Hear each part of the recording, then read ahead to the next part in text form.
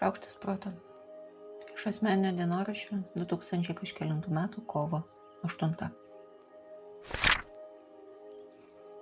Nesakau, kad kartais mano mintis skamba, lyg būtų tariamos kitų žmonių balsais, nors tikrai taip atrodo. Paskutinėmis dienomis mintis daiksto žodis bendrystė. Kaip gebėjimas būti kartu, sutarti, susijungti. Suprantu, kad būnant kartu kažkurios dalies savęs tenka atsisakyti, nes bendrystės receptoriams reikia vietos. Bet apie kitą dalį, man atrodo, mes galvojam per retai. Užtat kiek tame santykyje, tame ryšyje mes sukuriam tokių dalykų, kokių patys savo niekada ir nesukurtume. Yra dalykai, kurie būdingi tik santykiui, tik erdviai tarp žmonių. Taip kaip niekad negalėsi graužti savo alkūnės, taip niekad negalėsi pažiūrėti į save iš šono taip, kaip atsispindi nuo kito žmogaus. Dar geriau, nuo kiekvieno žmogaus atsispindi vis kitaip, nuo kiekvienos grupės atsispindi vis kitaip, o bėgant laikui ir tas pats atspindys keičiasi, nes mes visi mainomės neprasčiau už spalvas ant muilo burbulo paviršiaus.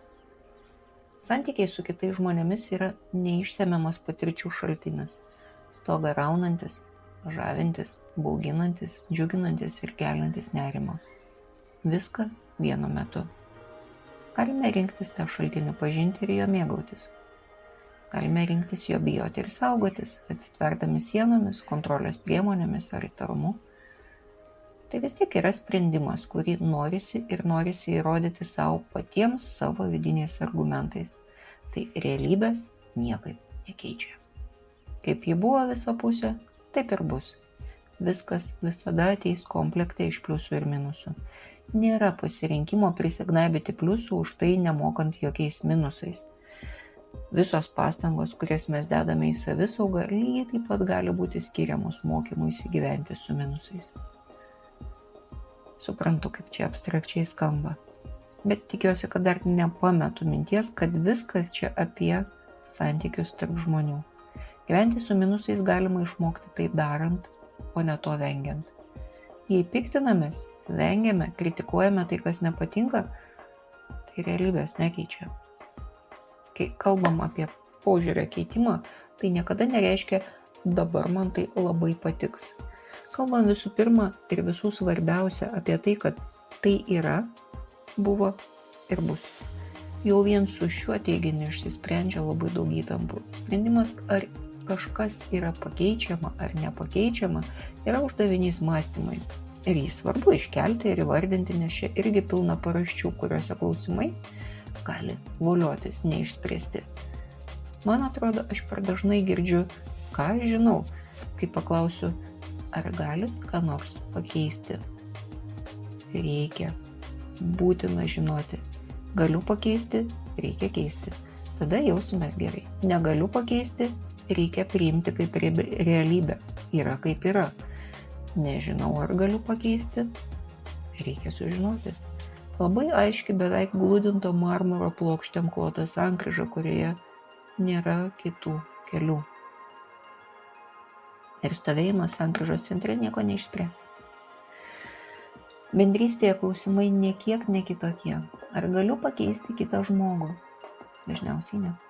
Ar galiu pasakyti, kad man nepatinka? Dažniausiai taip.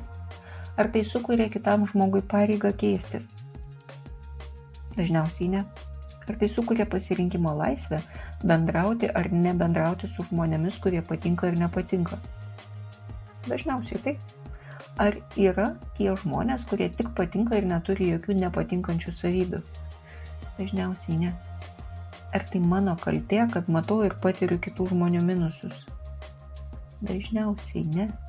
Ar tai trukdo gyventi, džiaugiantis tuo, kas gera ir mokantis gyventi su tuo, kas nepakeičiama? Keisti tai, kas pakeičiama ir nuolat keistis pačiam? Tikrai netrukdo. Bendrystė yra spalvota, gilu, tanku ir stebuklinga. Netvėrus užančio to suprasti nepavyks.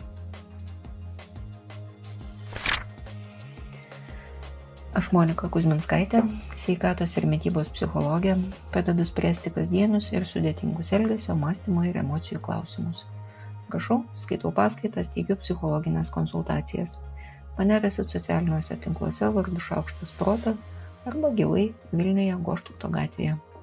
Rašykit man asmeninę žinutę socialiniuose tinkluose arba elektroniniu paštu adresu šaukštas.protas@gmail.com. Taikos ir ramybės.